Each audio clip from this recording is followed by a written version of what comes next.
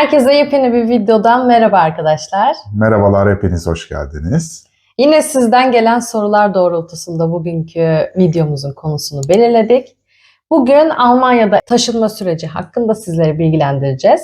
Biz Almanya'daki 4 yıllık geçmişimizde oldukça fazla şehir değiştirmiş, oldukça fazla taşınmış bir çift olarak neler yaşadığımızı, tecrübelerimizi, ne gibi püf noktalar öğrendiğimizi sizlerle paylaşacağız bugün.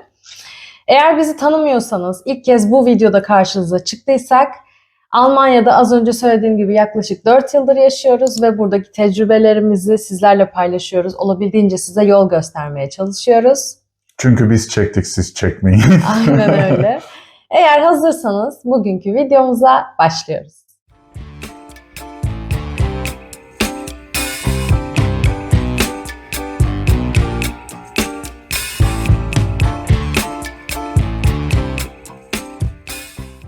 Şimdi arkadaşlar, aradığımız evi bulduk. Hayallerim yani bir ev değil, birden fazla ev bulduk, yazdık, iletişime geçtik ev sahipleriyle ve terminleştik mesela bir ev için. Ve evi görmeye gittik.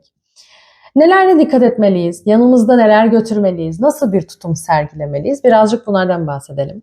Evi hallettik, sözleşmemizi okuduk, her şey yolunda, imzalar atıldı, belli bir tarih belirlendi, taşınacağız artık. Peki nasıl taşınacağız? Bir kere arkadaşlar sizin ilk vereceğiniz intiba ev sahibine çok önemli. Gerçekten çok önemli. Yaklaşımınız, sözleriniz, seçtiğiniz kelimeler, Evet. evi gezerkenki tavrınız, dikkat ettiğiniz detaylar, saygı çerçevesi içerisinde sormuş olduğunuz sorular.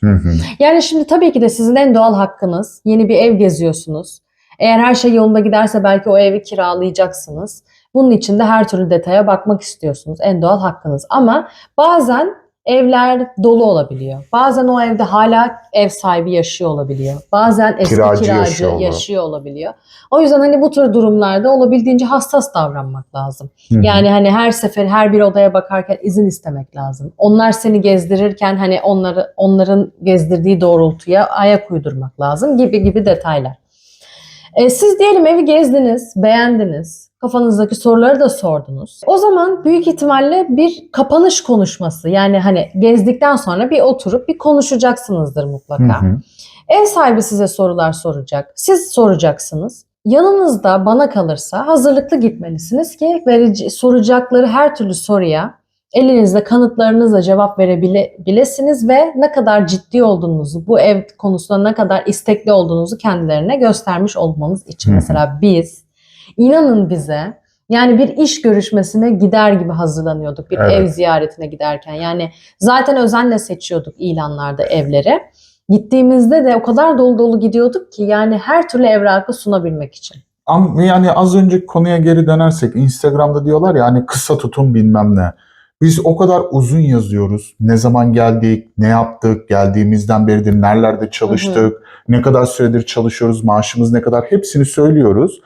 Bize yani uzun tutmamıza rağmen geri dönüş almadığımız herhangi bir ev ilanımız oldu mu? Hayır, hepsi mutlaka yazdı. Hepsi yazdı. Olumsuz da olsa yazdılar. Yani mesela şöyle söylediler. Şu anda hani bu eve sıcak bakan birden fazla insan var. Öncelik onların dediler. Öncelik onların diyorlar. Ya da yani gezecekler, eğer olumlu olmazsa size haber döneriz diyorlar. Yani Almanlar bu konuda çok saygılı. Sizin mesajınızı yüksek olasılıkla cevapsız bırakmazlar. Hele mutlaka ki yani açıklama yaparlar. Sonra döneceğim hani bunlar memnun değil, ben size hani bunlar memnun kalmadığı halde ben size dönüş yapacağım dediği zaman mutlaka dönüş yaparlar. Evet. Yani o sebepten dolayı bunu yapmayanlar var mı? Var arkadaşlar. Onlar da Nachmieter arayan insanlar. Hani kendisi evden çıkacak ama depozitosunu alabilmek için ev sahibini 3 ay beklememek için. Ev sahibini de zora sokmamak için kendi yerine Nachmieter arıyor arkadaşlar. Hani yani sonraki kiracı, devam kiracı olarak çevirebiliriz. Hani ne olmuş oluyor? Onlar size dönüş yapmıyor. Onlar da zaten böyle genç, hani sorumluluk sahibi olmayan insanlar olarak görüyorum ben onları. Çünkü karşındaki insan ev arıyor. Peki hani hazırlıklı gitmemiz gerekiyor dedin. Sen hangi evrakları götürmelerini tavsiye edersin? Bir kere en önemlisi iş sözleşmesi. Evet. Deneme süreniz bitti mi, bitmedi mi görmek isterler. Çünkü Evet. deneme süresindeyseniz her an işsiz kalma olasılığınız var. Bu da bir ev sahibi için olumsuz, dezavantaj.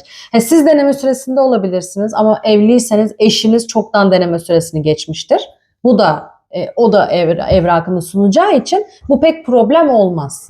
Ama tek kişi çalışıyorsa ya da 2 kişi de deneme süresindeyse hala bu sıkıntı olabilir. O yüzden iş sözleşmesi.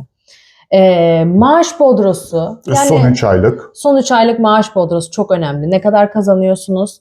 Size mutlaka giderleriniz olup olmadığını sorar. Yani şöyle, aylık ödediğiniz bir araba kredisi var mı? Örneğin yani büyük krediler. Bunu da şufayla gösterirsiniz ama ilk başta herkesin şufası olmadığı için bu bir insanların aklında soru işareti oluyor. Hemen bir buna yani hemen kısa bir bu konuda bilgilendireyim. Evet arkadaşlar, siz buraya ilk geldiğinizde şufanız yok. Bunu gayet mantıklı ve makul bir şekilde açıklamanız gerekiyor. Benim şufam yok. Çünkü ben oraya yeni geleceğim. Özellikle yeni gelecek olan arkadaşların. Yani bunu açıkladığınız takdirde herhangi bir sıkıntı yok. Ama Almanya'da tanıdığınız varsa size bir yazı yazar. İşte ben bu kişiye kefilim, merak etmeyin diye. Evet, o da size artı olarak dönebilir. Ama eğer burada yaşıyorsanız mutlaka şufanızı da yanınızda götürün. Çünkü internetten de şufaya başvurulabiliyor bu arada. Sonucunuzu herhalde bir 24 saat, 48 saat içerisinde alıyorsunuz. Ya da mektupla da talep edilenler var. Mektupla da geliyor. Şufa çok önemli. Yani siz ev görüşmesine gittiğinizde iş sözleşmeniz, son 3 aylık maaş bodronuz ve şufanız varsa ve bunlar iyiyse ev sahibi için, bu üçü de ev sahibi için yeterli seviyedeyse, yani siz o evdeki sıradasınız yani. Şöyle söyleyeyim arkadaşlar, şufa dediğimizde yani Türkçe karşılığı şimdi aklıma geldi. Findex kredi notunuzla aynı şey yani. Evet. Yani zaten bu arada şufa ile ilgili de yani bambaşka tek başına bir video çekilebilir bu arada. Yani çünkü şufa çok ilginç bir şey. İnsanın aklına bile gelmeyen detaylar şufanızda görünüyor. Yani en basitinden internetten telefon alacaksınız mesela. Şöyle kısaca deneyimleyeyim. MediaMarkt'tan fiyat baktınız. İşte mesela taksitle alacaksınız. Bakın kredi değil, taksitle alacaksınız. MediaMarkt'tan fiyat baktınız, sepete attınız. Ne bileyim Samsung'un sitesinden baktınız, sepete attınız.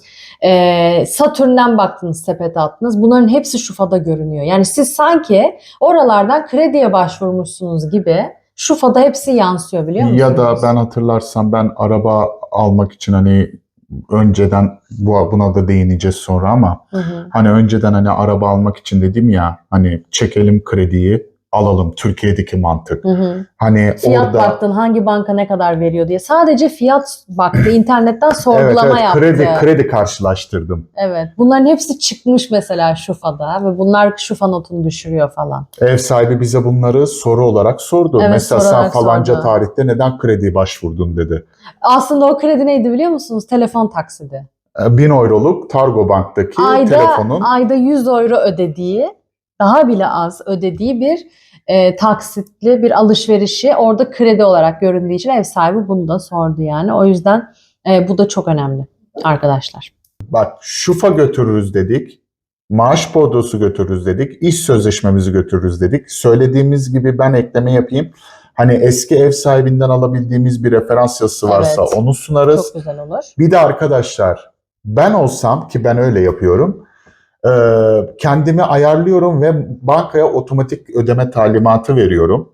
Bu sebepten dolayı ben yapmış olduğum bütün kira ödemelerinin hangi gün, hangi tarihte yapıldığını, yani süreç içerisinde, yasal ödeme süreci içerisinde yaptığımı gösteren banka dökümlerini de alıp götürdüm. Evet, eğer eski ev sahibinizden böyle bir yazı alma ihtimaliniz yoksa, belki kendisiyle belki kötü ayrılmışsınızdır, olabilecek bir şey.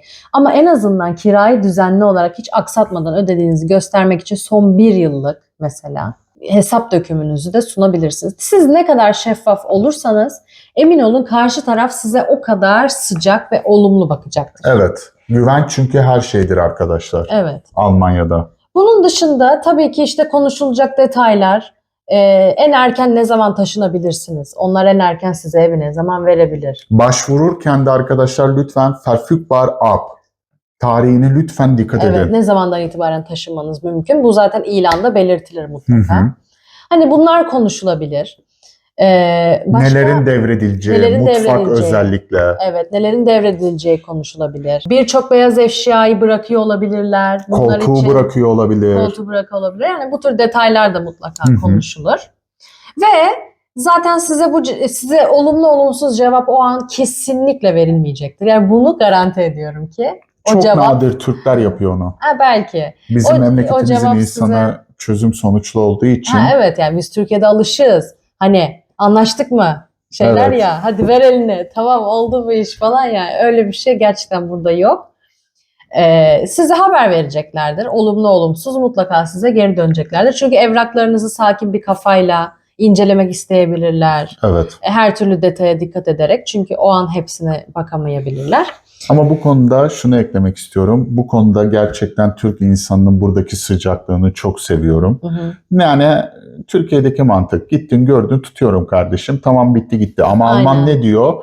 İşte 3 kişi daha var. Ben onlara da şans vermek Evet. istiyorum. Ay, hele Zart öyle. zurt. İnsan çok üzülüyor. Çünkü mesela çok beğendiniz o evi. Ya aynen öyle ya. Her gün şeyle yatıp kalkıyorsunuz. Yani acaba beni mi seçecek, diğerlerini mi seçecek, beni Acaba mi adam seçecek, gitti mi? diğerlerini mi seçecek? Acaba adam gitti mi, gitmedi mi bilmem ne. Evet, ne zaman haber verir, ne yapar, ne eder? Yani bunları düşünüyorsun. Kardeşim sen beni gördün, tanıdın, sevdin. Bak sana şeffafım, bütün evraklarımı sundum. Evet. Daha niye başkasına şey veriyorsun abi? Kafanda ben net olduysam bitti gitti diye yapalım ya şu sözleşmeyi. Aynen. Yani kanser sebebi arkadaşlar. Ya bak, burada ufak bir mola verip yaşadıklarımızı size anlatmak istiyorum.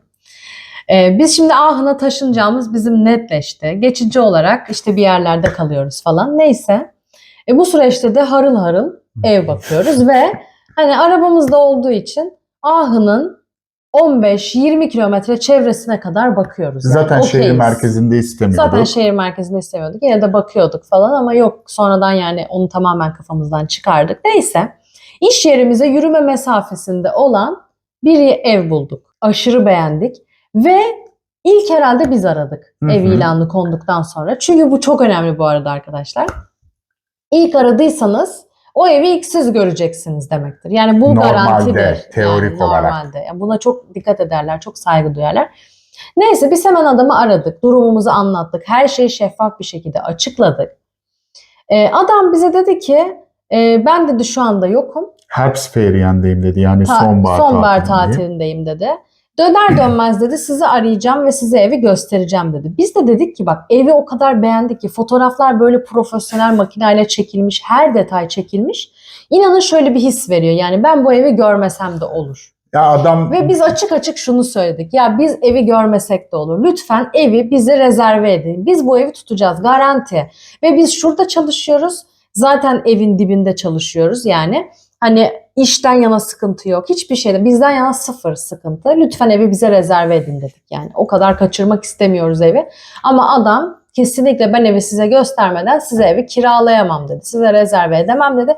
Ama dedi size söz veriyorum. İlk siz aradığınız için ilk siz göreceksiniz. İlk siz göreceksiniz dedi. Beğenirseniz de siz tutacaksınız dedi. Adımızı, soyadımızı yazdı, numaramızı yazdı, iletişim bilgilerimizi yazdı. Şu tarihten itibaren sizinle iletişime geçeceğim dedi. Biz şimdi hem mutluyuz hem de bir yandan her gün yani soru işaretleri, yani arayacak mı, aramayacak mı, başka biriyle verir mi, ne olur ne biter diye biz 3 hafta bekledik. O 3 hafta yani nasıl beklediysek bekledik. 3 hafta geçti, aramadı bizi.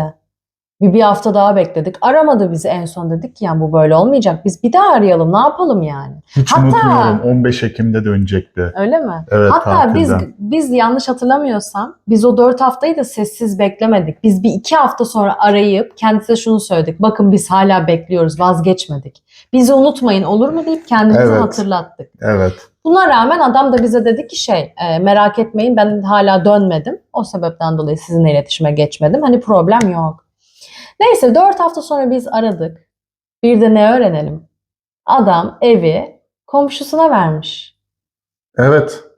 Tabii ben bunu duyunca hemen... Biz 4 hafta hiç ev bakmadık arkadaşlar. Bizim için o kadar garantiydi ki o ev. O ev kadar güzel hiçbir ev yoktu zaten. Arada bakıyorduk ilanlara. Ama biz resmen o 4 hafta nasıl olsa o eve gideceğiz, göreceğiz diye hiçbir eve bakmadık. Ve 4 hafta kaybettik.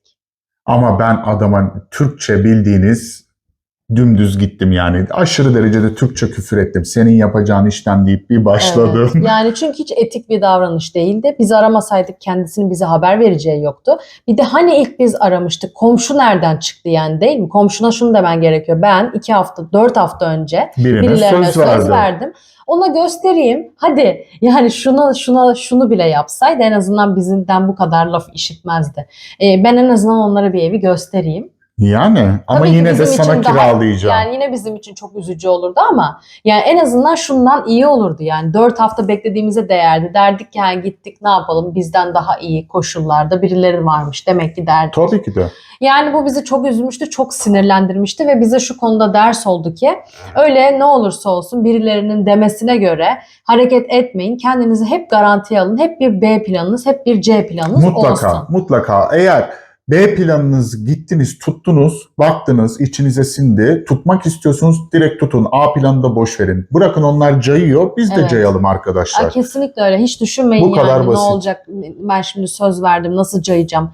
Hiç öyle düşünmeyin. Bununla ilgili de bir örneğimiz var. Biz caydık çünkü. Evet. Ondan sonrakinden de biz caydık. Ama onda bizim caymamız için haklı sebep vardı. Haklı sebeplerimiz vardı yani. O başka konu. Sonrasında işte devam edeyim. Biz tabii çok üzüldük. Yani kan beynimize sıçradı. Aşırı sinirlendik bu duruma ama sonuç olarak kabullenmek zorunda kaldık ve tekrardan yeni ev arayışlarına başladık. Ondan sonra evimizi bulduk. Burayı bulmadan öncesini anlatacağım. Dümen'deki yeri. Ondan sonra başka bir ev daha bulduk arkadaşlar. Bu evi aşırı beğendik. Hani o bir önceki adamın yaptığını bize unutturacak derecede bayıldık eve. Allah hakkımızda hayırlısını nasip ettiği için böyle oldu deyip kendimize avutup sineye çektik. Aynen. Ondan sonra ev çok güzeldi arkadaşlar. Harikaydı. Bulunduğu mevki de çok güzeldi. Böyle büyük şehir denebilecek kadar gelişmiş bir ilçe diyelim ilçeydi yani. Ama evet. çok gelişmiş bir ilçeydi. Çok beğendik, çok içimize sindi, her şey harikaydı falan. Tek problem bizden önce yani o an hali hazırda yaşayan kiracının mutfağını satın almamız gerekiyordu. Devralmamız gerekiyordu. O kadın da yani Rossmann da kadın müdür. Gerçekten evi öyle güzel dizayn etmiş ki arkadaşlar. Yani eve şu an... yani çok özür dilerim ama yani evi süpürmenize, silmenize gerek olmadan kadın çıktı mı siz yerleşin. Sıfır temizlik. O kadar söylüyorum size, öyle bir evdi yani, tertemiz. Mesela bayanlar için hayal, çantalar için ışıklandırmalı raflar yapmıştı, hatırlıyor musun? Evet, çok Hepsi güzeldi. Guess falan marka, çok böyle popüler olan markalarda. Çok zevkli bir kadındı. Çok zevkli bir kadındı. Kendisini gerçekten tebrik ediyorum. 2 tane kedisi olmasına rağmen o kadar ev tertemizdi. Ve gram kokmuyordu ki Almanya'da yani gördüğüm, ziyaret ettiğim en iyi evdi. Ya bu evi ziyaret ettiğimiz halinden bile iyiydi yani. Evet, çok iyiydi. Ama mutfaktan bizden 6.000 euro mu istedi? Yok, 4.000 euro istedi. 4.000 euro. Yeni yaptırmış, 11 aylık yaptırmış. 1 yıl bile kullanmamış. Haliyle ettiği masrafı bildiği için yüksek bir fiyat biçti. Yani ona da diyecek bir lafımız yok. Değer mi? Değer. Şimdi mutfağın kalitesi çok iyiydi. Ama maddi durumunuza göre tabii ki durum değişkenlik gösteriyor. Çünkü evin depozitosu da çok fazla. Evet, 5.250 euroydu. Yani ikisini topladığınızda neredeyse 10.000 euro anında vermeniz gereken trik para yani. Depozito artı mutfak. 10.000 euroyu da verirdik. O problem değil de mesele şuydu ki 232 santimdi mutfağın genişliği. Tamam mı? Ya şimdi ben o mutfağı aldım diyelim. 232 santim ya oturtamazsam, yani o evden çıktım. Gelen de kiracı da dedi ki benim kendi mutfağım var. Ben kiracı olarak o mutfağı söküp götürmem lazım. O bize biraz dert olacaktı. Fazlasıyla dert olacaktı. Hatta biz birazcık işte dedik hani ev sahibine, hani biz okeyiz, her şeyi çok beğendik. Sadece mutfak konusunda eski kiracınızla konuşsanız acaba hani mutfağı götürebilir mi ya da başkasına satma ihtimali var mı, yoksa hani biz mecbur muyuz almaya? Mutfak bir tek problemdi ama yine de biz okeydik. Adam da okeydi. Onlar da okeylerdi ama yine bize cevap vereceklerdi. Beklememizi istediler. Biz bu süreçte ilk yaptığımız hatayı yapmamak için kendimizi garantiye aldık ve onlara güvenmedik. Ev aramaya devam ettik ve bu evi bulduk. Evet. Bu ev yani depozito açısından da çok çok uygundu bir önceki eve göre. Mutfak için hiçbir ücret istemiyorlardı ve yepyeni, tertemiz bir mutfak. Genç bir çiftti. Evet. Çok tatlıydı. 2 çocukları olan genç bir çiftti. Bizlerle yaşıtlı ortalama ve onların da köpeği vardı arkadaşlar. Ve evlerini o kadar güzel dizayn etmişler ki yani kendi ihtiyaçlarına göre şekillendirmişler ki onlar bize de uyuyordu. O yüzden bu ev bizim için biçilmiş bir kaftan oldu. Evet.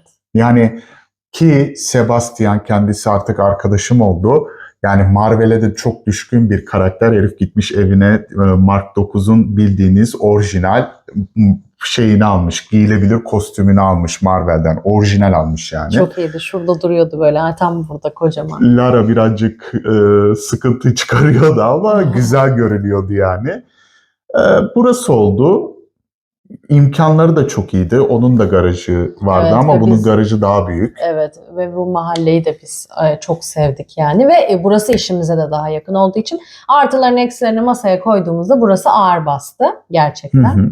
O sebepten burayı seçtik. Mesela orası bize okey vermesine rağmen onu biz reddettik sonrasında. Yani... Aynen de şunu açıkladık. Hı. Biz kühe problemini çözmeye çalıştık ama sizden herhangi bir şekilde yapıcı bir dönüş almadık. O sebepten dolayı kime istiyorsanız ona kiralayın. Ben kimsenin mutfağını almak zorunda değilim sonuç olarak. Evet yani öncelik sizsiniz. Öncelik sizin düşüncelerinizi yaşayacak olan sizsiniz. Tabii Maddi açıdan zorluk yaşayacak olan sizsiniz. Yani her şeyi düşünmek zorundasınız. O yüzden diğerlerinin düşündükleri sizin düşüncenizden sonra gelir yani. Ben şunu da söylemiştim hatırlıyorsan o ev sahibine. Hani sonuç olarak burası senin evin. Hı. Sonuç olarak senin bir mutfağa ihtiyacın var. Çok güzel yapılmış. Ben sana kira olarak ödeyeyim. Ben neden adamın mutfağını 4.000 euroya alıyorum ki? Evet. Yo, gerçekten çok pahalıydı. Neyse Evet. Hakkımızda hayırlısıymış. Hayırlısı buymuş. Evimizi çok seviyoruz. Allah isteyen herkese gönlüne göre bir ev nasip etsin diyelim ve gelelim evimize karar verdik. Ev sahibi de onayladı. Sözleşmemizi baştan sona çok iyi okumalıyız. Her detaya dikkat etmeliyiz. Çünkü gerçekten sizi sonradan zora sokabilecek detaylar olabilir. Örneğin aklıma gelen evcil hayvanınız olmayabilir ama o eve yerleştikten sonra bir evcil hayvan sahiplenmek isteyebilirsiniz. Bunu mutlaka sözleşmenize not olarak düşürün arkadaşlar. Evet, sözleşmede bazen şöyle bir detay olabiliyor. Bir evcil hayvan durumunda konuşularak kararlaştırılır. Yani bu ne demek? Ev sahibine yeni bir evcil hayvan istediğinizi söylersiniz. Kendisi size bir takım şartlar sunabilir. Örneğin orta boydan büyük bir köpek ya da küçük boy bir köpeği ben kabul edebilirim. Ya da sadece kedi kabul edebilirim gibi durumlar olabilir. O yüzden bunları önceden konuşmanız gerekiyor. Bir hayvan sahiplenmeden önce. Ki bunu istiyorsanız da taşınırken belirtin mutlaka. Evet, eğer öyle bir niyetiniz varsa önden belirtmeniz iyi olur. Bunun dışında mesela ne gibi detaylar olabilir? Çöpü eğer Einfamilienhaus falan değilse hani apartmansa hani çöpü nasıl çıkartıyorlar bunu öğrenmeleri gerekiyor. Çünkü hatırlıyorsan dönüşümlü olabilir. En önemlisi zaten o. Çünkü sen sorumluluğunu yerine getirmediğin zaman bir hafta o çöpün üstüne bir daha çöp binecek. Bu da tartışmalara, kavgalara sebep oluyor. Ya da belki de apartman yönetimi var. Hani bunu bir firmaya vermiştir. Bilmiyoruz. Ya da bazen şöyle de oluyor. Genç öğrenciler bunu üstlenip daha az Nebenkosten ödüyor. Mesela. Arkadaşlar aslında bunları bir kenarıya bırakalım. Hani az çok hepinizin ev bulma, ev tutma tecrübesi vardır. Tabii ki de hani bizim aklımıza gelenler bunlar az sonra gelirse tekrardan değiniriz ama ben en çok ev devralma protokolü üzerine konuşmak istiyorum. Arkadaşlar evi devralırken lütfen ama lütfen evi devraldığınız hali mutlaka ama mutlaka fotoğraflayın. Of, en önemli şey. Mutlaka. Ve çok önemli bir şey. Gerçekten fotoğraflayın. Evde bir tane arkadaşlar Excel tablosu hazırlayın ya da bir Word nasıl çalışmayı seviyorsanız. Gidin burası salon, burası mutfak hepsini fotoğraflayın. Önemli detayları da ayrıntılı bir şekilde fotoğraflayın. Evet. Hemen bunu yapın arkadaşlar. Dosya yapın. Hayır, hemen bunu bilgisayara yükleyin. Hemen gördüğünüz hasarları, eksiklikleri Her şeyi buna hemen not edin arkadaşlar. Ondan sonra ev sahibine bunu hemen gönderin. Şu anda yani bu bilgisayarla gittiğiniz için hemen bunu yapın. Hemen gönderin ve kendisinden buna Bestätigung talep edin. Yani onay talep edin. Evet, bu adam evimi gezdi ve bana göndermiş olduğu Word'deki hatalar mevcuttur. Ben bunları kabul ediyorum ev sahibi olarak. Kabul ediyorum. Buna bir Bestätigung onay isteyin ve bunu şu şekilde arkadaşlar bir dosya haline getirin. Dosyanızda evinizde sözleşmeniz olur. Ardından bu Übergabe protokol olur. Yani evin devretme protokolü olur. Onun dışında da diğer yazılı Übergabe kısmı olur. O diğer yazılı Übergabe'de de şunlara mutlaka not edin arkadaşlar. Kaç tane anahtar aldınız? Evet. Evde kaç tane, örnek veriyorum, ampul ya da lamba onlara ait. Bunların hepsinin notu tutulur. Ve nasıl alıyorsanız aynı şekilde vermek zorundasınız. Evet. Sonra ya insan ilk ev tutarken heyecandan bunları düşünmüyor. Evet. Almanya'ya ilk adım attığımızda bazı hatalar yaptık. Hani bunlardan ders çıkardık. O yüzden sizin de yapmamanız için. İnsan gerçekten o an heyecanlanınca diyor ki ay neyse diyor, bitse hani de kurtulsak. Hani ben şurayı gördüm, neyse o problem değil hani diyorsun. Fotoğraflamıyorsun. Evet. Ondan sonra evden çıkarken ev sahibi size bambaşka yüzünü gösterebiliyor. Yani her şey problem. Bu böyle değildi, bu şöyle değildi, bu böyle değildi falan gibi. Mesela şöyle bir detay da öğrendik biz arkadaşlar. Siz bu evi bu şekilde kiraladınız. Sonra bu evden 5 yıl sonra çıktınız. O ev 5 yıl boyunca, ya 5 yıl önceki gibi kalır mı? Bazı şeyler eskiyecek. Yaşlanma bedeli. Bir yaşlanma payı diye bir şey varmış, biliyor musunuz? Eskime payı. Bu eskime payı tolere edilebiliyormuş ve bunun için sizden hiçbir ücret talep edilemiyormuş. Evet. Ne kadar mantıklı aslında, yani bir kapı kolunu 5 yıl boyunca kullandığını düşün yani. Eski tabii ki de. Kapıların boyaları, yani ben normal badanadan bahsetmiyorum. Yani badana zaten badanalı girdiysen badanalı çıkman gerekiyor evden. O ayrı da. Yani onun dışındaki yani kapı, pencere, parke, yani bunların bir eskime payı var. Bunu lütfen unutmayın. Ev sahiplerine sizi sömürmesine de izin vermeyin. Kendinizi garantiye almak için. Senin de söylediğin gibi bir eve yapmadan önce, girmeden önce, tutmadan önce lütfen fotoğraflayın ve dosyalayın. Bu sizi müthiş yani o evden çıkmak istediğinizde bu sizin elinizde müthiş bir kanıtınız olacak. Evet, bunlara katılıyorum. Her şeyi fotoğraflı yapın. Dediğim gibi kaç tane anahtar alıyorsunuz. Şunu da hiçbir zaman kabul etmeyin arkadaşlar. Hani örnek veriyorum, Almanya'da şu var, bu konuda merak etmeyin. Diyelim ki adam size 2 tane anahtar verdi. 3. anahtarı da getireceğim yazdı. Siz buraya 3 tane anahtar aldım olarak lütfen ama lütfen kabul etmeyin. Oraya not düştürün. Bu adam 3.'yü getirecek diye not düşün buraya. 3.'yü getirdiğinde de tekrardan şunu çıkartın. Wohnungsabnahme protokolü çıkartın arkadaşlar. Deyin ki bu adam işte atıyorum 25 Ekim'de benim 3. anahtarımı getirdi. Örnek veriyorum. Bunları not tutun. Kendinizi garantiye almak için not tutun. Evet, sonra problem yaşamamak için mutlaka bunu yapın. Evet, bunlara değindik. Arkadaşlar bu arada eğer ev değişikliği yapıyorsanız Almanya'da bir önceki evin kaydını sildirmek mecburiyetinde değilsiniz. Burada biz de hataya düştük birçok kez. Ama artık net olarak bunu öğrendiğimiz için size de söylemek istiyorum. Yeni eve gittiğinizde, Vertrag'ınızda, sözleşmenizle gidip kayıt olmak istediğinizde belediyeye, öbür kaydınız zaten otomatik siliniyor. Evet, ikametiniz direkt buraya alınıyor arkadaşlar. Evet, yani arkadaşlar. 2 iş yapmanıza gerek yok. Direkt otomatik gerçekleşiyor bu işlemler. Bu da dipnot olarak size bilgi olsun. Evet, son olarak bahsetmek istediğimiz ve gerçekten belli başlı püf noktaları paylaşmak istediğimiz konu taşınma mevzusu. Evi hallettik, sözleşmemizi okuduk, her şey yolunda, imzalar atıldı. Belli bir tarih belirlendi, taşınacağız artık. Peki nasıl taşınacağız? Eşyalarımız olabilir bir sürü eski evimizde. Bunu olarak bölelim. Hani Almanya içerisinde bir yerden bir yere taşınacağız. Çünkü Türkiye'den gelen arkadaşlar ya hazır eşya alıyor ya da eşyalı eve geliyor ya da Türkiye'den eşyalarını getiriyor. Yani bu süreç çözülmüş oluyor. Biz Almanya'da bir evden bir eve giderkenki taşınma sürecini konuşalım bence. Evet. Arkadaşlar belki duymuşsunuzdur, belki duymamışsınızdır ama Almanya'da nakliye ücretleri aşırı derecede pahalı. Biz de bu fiyatları duyunca Dudağımız uçukladı ve dedik ki tamam, iş başa düştü. O yüzden kendi işimizi kendimiz hallettik. Peki nasıl hallettik?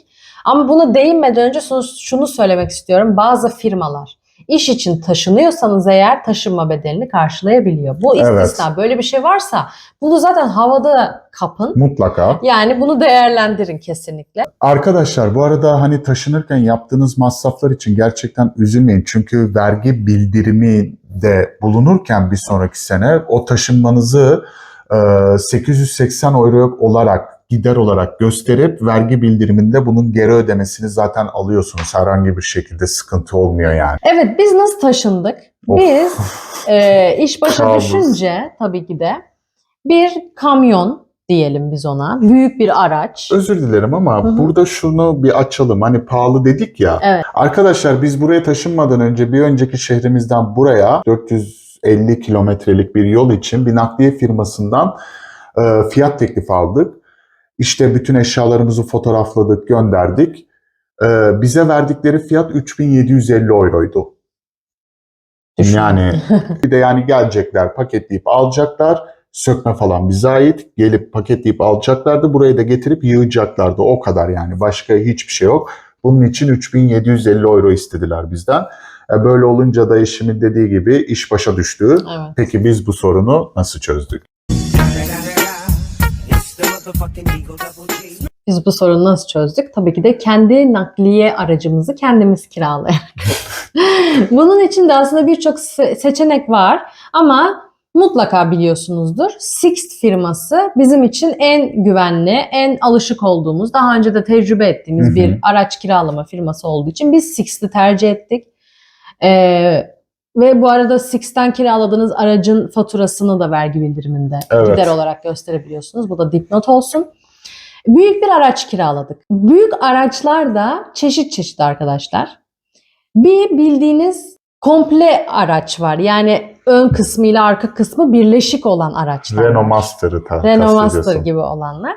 Bir de arkasına sanki bir konteyner eklemişsiniz gibi. O araç türüne mi deniyordu? Kamyonet tipi. Kapalı kamyonet tipi. Kapalı kamyonet tipi. Biz onu kiraladık. Dedik ki en büyüğü olsun.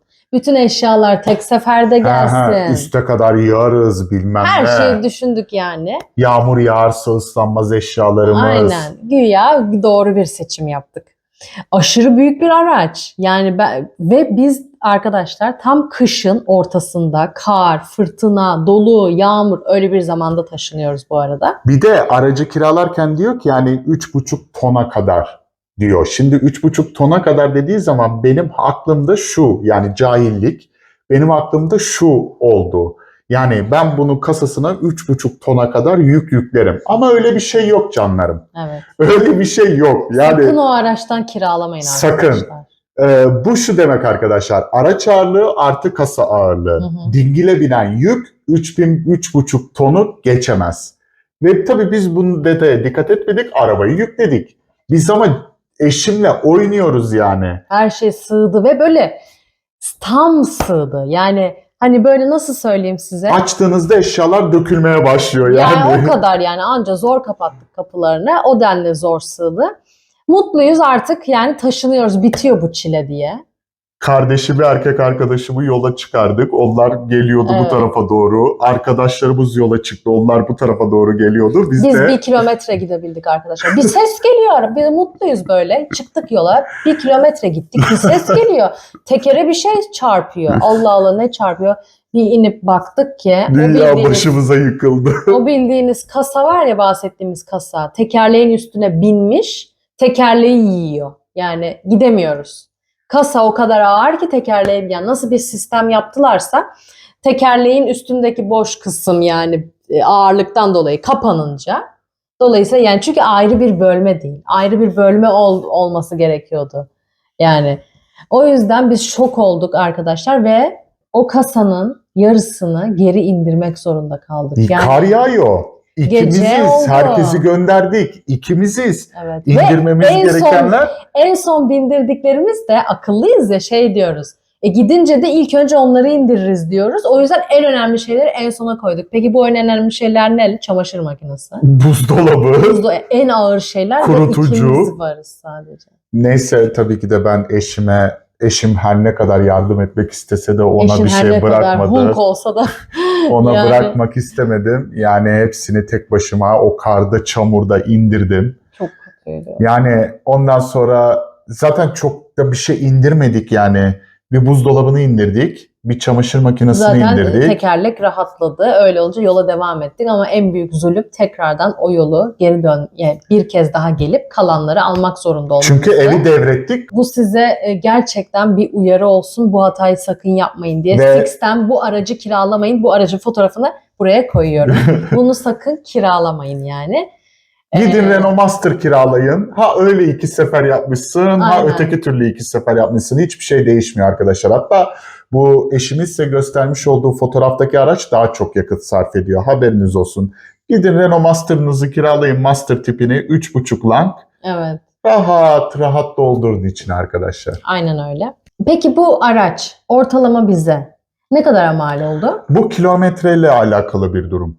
Yani şimdi biliyorsun ki günlük 200 kilometre araç, yani 200 kilometre sınırı var bu araçlar için. Eğer şehir içinde taşınıyorsan tek günde bunu idare edersin. Bir tek benzin parası verirsin. Yani ortalama günlüğüne 45 euro ödesen, benzine de bir 70-80 euro gitse toplamda, hani hiç kullanmayı bilmiyorsun diyelim. Devirinden benzin tüketiyorsun. O zaman ne olur? 150, 120 euroya bu işi çözersin. Ama eğer kilometren uzuyorsa o zaman aracı daha uzun süre tutmanız gerekiyor. Ha, gününü arttırman gerekiyor. Gününü arttırman gerekiyor. Zaten arkadaşlarımız o konuda tecrübelidir. Gününü arttırıyorsun. O da ne gibi artısı oluyor? Hani Acele 2 ayağın bir pabuca girmeden aynen öyle. taşınıyorsun. Bugün gelirsin, yatağını getirir kurarsın.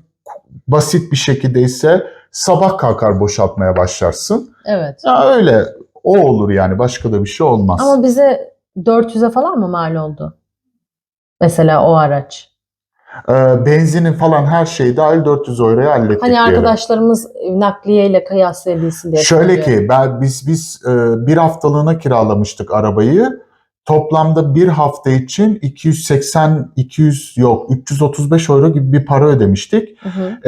100 euroya da yakında şeye gitti, benzine gitti. Toplamda 400-450 euroya falan mal oldu. Yani 3750 euroyu Nerede? 400 küsür 400'e indirdik. Bu arada arkadaşlar, eşyalarınızı yüklerken ve indirirken yardım alabileceğiniz ilanlar verebilirsiniz. eBay, Kleinanzeige'de. Aynı Evet. hatayı bir daha yaptım. Ağız alışkanlığı. Evet, Kleinanzeige'de saatlik bir ücret belirlersiniz mesela. Dersiniz ki taşınma yardımı için eleman arıyoruz. Mesela saatlik 20 euro. Örnek veriyorum. Bu şekilde bir 100 euroyu da öyle gözden çıkarıp kendinizi yormadan eşyalarınızı bindirip indirebilirsiniz. ama işte bazı insanlar titiz olduğu için. Ya tabii ki yani. Benim Bir tavsiyem, seçenek ama. benim tavsiyem taşıyabildiğiniz kadarınızı kendiniz taşıyın. O ağır eşyalar, hani kurutucudur, çamaşır makinesidir, buzdolabıdır. Onlar için de birer saatlik 2 kişi tutun arkadaşlar.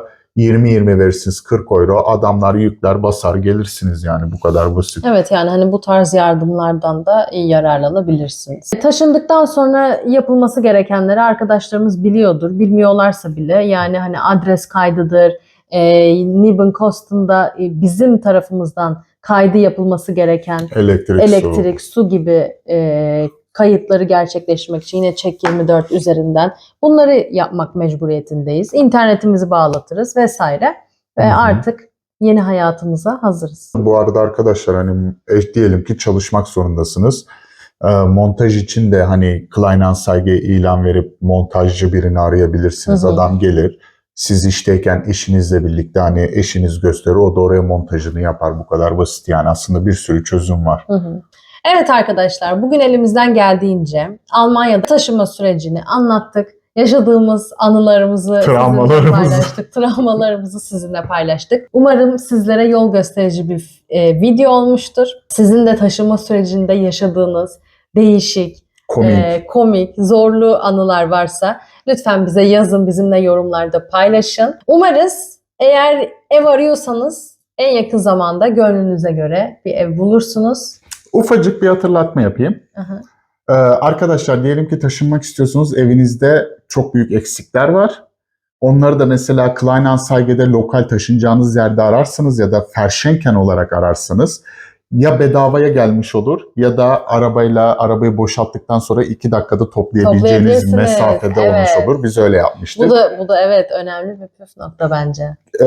Gerçekten çok güzel kullanılmış ikinci el ürünler mevcut. Sadece tek tavsiyem yatak olayını oradan almayın. Yatağın şeyini alın, bazasını. Ama yatağın o pofidik tarafını, minderini oradan almayın. Alırsınız. Sıfır alın. Onun dışında var mı eksik bir noktamız? Yok sanırım. Herkese bu süreçte güç, kuvvet ve başarı Allah'tan diliyoruz. yardım.